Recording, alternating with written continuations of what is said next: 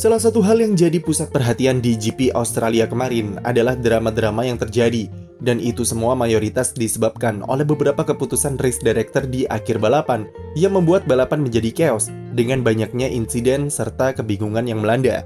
Race di sirkuit Albert Park tersebut memecahkan rekor sebagai balapan dengan jumlah red flag terbanyak, yaitu sebanyak 3 kali, di mana 2 diantaranya dikibarkan di fase akhir balapan. Red flag pertama diterapkan setelah insiden yang dialami oleh Alex Albon, di mana ia menghantam tembok di tikungan ke-7 dengan kecepatan tinggi. Meski dampak yang ditimbulkan tidak sampai merusak tembok, tapi serpihan kerikil gravel yang terlalu banyak membuat race director memilih untuk menyetop balapan terlebih dulu. Menurut kami ini sedikit tanggung karena serpihan gravel sebenarnya bisa dibersihkan dengan cepat oleh marshal di sirkuit.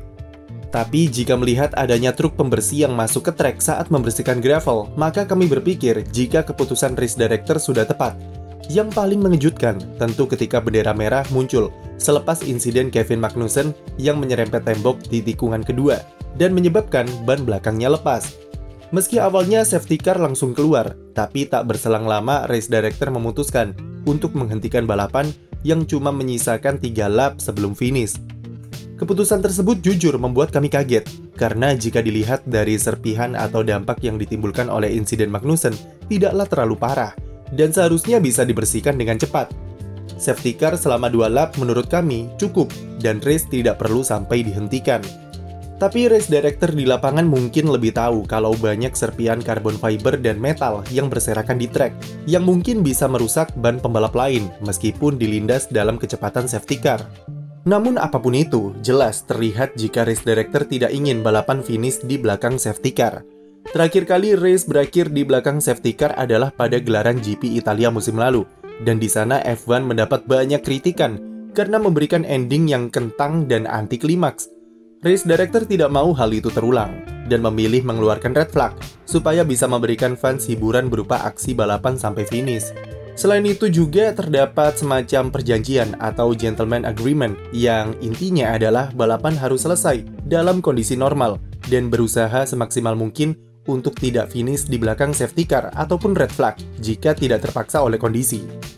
Apalagi kejadian-kejadian seperti insiden di akhir balapan yang memicu safety car menjadi topik yang sensitif sejak GP Abu Dhabi 2021. Perdebatan soal haruskah balapan selesai di belakang safety car sesuai regulasi atau mengutamakan hiburan dengan melakukan apapun demi duel di garis finish selalu berlangsung sejak itu. Di musim 2021, hal semacam ini 2 kali terjadi, yaitu pada GP Baku ketika balapan dihentikan dengan menyisakan 1 lap tersisa, dan GP Abu Dhabi ketika Michael Masi memilih lanjutkan balapan meskipun menyalahi regulasi prosedur safety car. Secara konsep kami cukup paham jika F1 tidak ingin balapan finish dengan kondisi yang mengecewakan penonton dan ingin memaksimalkan aksi serta duel saat balapan. Apalagi di balapan seperti kemarin, di mana Max Verstappen dominan di depan dan balapan secara perlahan mulai berjalan membosankan. Tentu, dengan hadirnya red flag membuat penonton kembali melek dengan seketika. Tetapi kami masih kurang setuju dengan cara F1 memberikan tambahan drama seperti kemarin. Sejak dulu kami tidak pernah sepakat dengan konsep menerapkan red flag jika terdapat safety car di akhir balapan. Menurut kami itu terkesan dibuat-buat dan unsur skenario yang didramatisir terlalu kuat ketika pembalap menyentuh garis finish. Bagi kami, bendera merah adalah unsur dan protokol keselamatan yang penting dalam sebuah balapan, dan sebaiknya tidak dipakai untuk kepentingan entertainment. Tapi sekali lagi kami paham dengan tujuan F1 yang ingin menambah seru balapan dan memang faktanya bisa membuat race menjadi chaos di akhir. Permasalahannya adalah penerapan red flag ketika safety car seperti kemarin tidak ada dalam regulasi dan cuma berdasarkan gentleman agreement saja. Jika semisal tertulis di regulasi secara formal, maka pembalap sudah bisa bersiap dengan tantangan yang mereka hadapi dan setidaknya bisa meminimalisir resiko terjadinya chaos seperti kemarin. Ketika pembalap berada di dalam skenario untuk saling adu kecepatan dengan sisa lap yang sedikit, maka itu otomatis akan meningkatkan resiko insiden. Dengan memberikan formalisasi berupa perubahan regulasi, maka resiko itu bisa dikurangi. F1 juga harus menegaskan parameter apa saja yang bisa dipakai jika mereka ingin memaksimalkan balapan supaya bisa finish di dalam kondisi normal. seperti jumlah lap tersisa, kondisi cuaca, kondisi trek, dan suasana balapan itu sendiri. Prosedur start juga jadi sorotan karena pemakaian standing start alias start normal dengan situasi seperti demikian tentu sangat-sangat berpeluang menimbulkan chaos. F1 di sini ada di posisi yang serba salah. Mau tetap mempertahankan safety car sampai finish, maka nanti akan dikritik membosankan dan endingnya kentang. Tapi ketika memilih menghentikan balapan untuk aksi yang dramatis sampai akhir, justru malah berakhir kacau dan dikritik juga akhirnya. Intinya adalah F1 harus membuat konsep yang jelas dan terstruktur supaya bisa meminimalisir setiap resiko kekacauan yang muncul.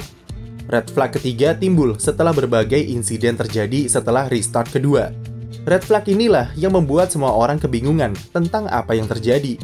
Untuk masalah kebingungan soal posisi grid yang diubah setelah restart yang penuh insiden, FIA melalui Race Director sudah melakukan hal yang benar. Karena sistem GPS yang kacau dan tidak akurat dengan banyaknya pembalap yang out di luar track, maka satu-satunya cara bagi Race Director untuk menentukan posisi grid saat red flag adalah kembali memakai urutan semula sebelum restart. Lalu kenapa pembalap masih disuruh menyentuh garis finish, meskipun cuma menyisakan satu lap dan dilakukan di belakang safety car? Ini karena jika balapan langsung dihentikan saat red flag dan tidak dilanjutkan, maka susunan grid saat finish bakal berubah lagi dan yang dipakai adalah urutan pembalap pada 2 lap sebelumnya. Malah tambah bingung nanti jadinya. Yang jelas adalah FIA harus berbenah berupa penerapan prosedur yang lebih jelas dan formal untuk bisa menghindari kekacauan seperti GP Australia kemarin.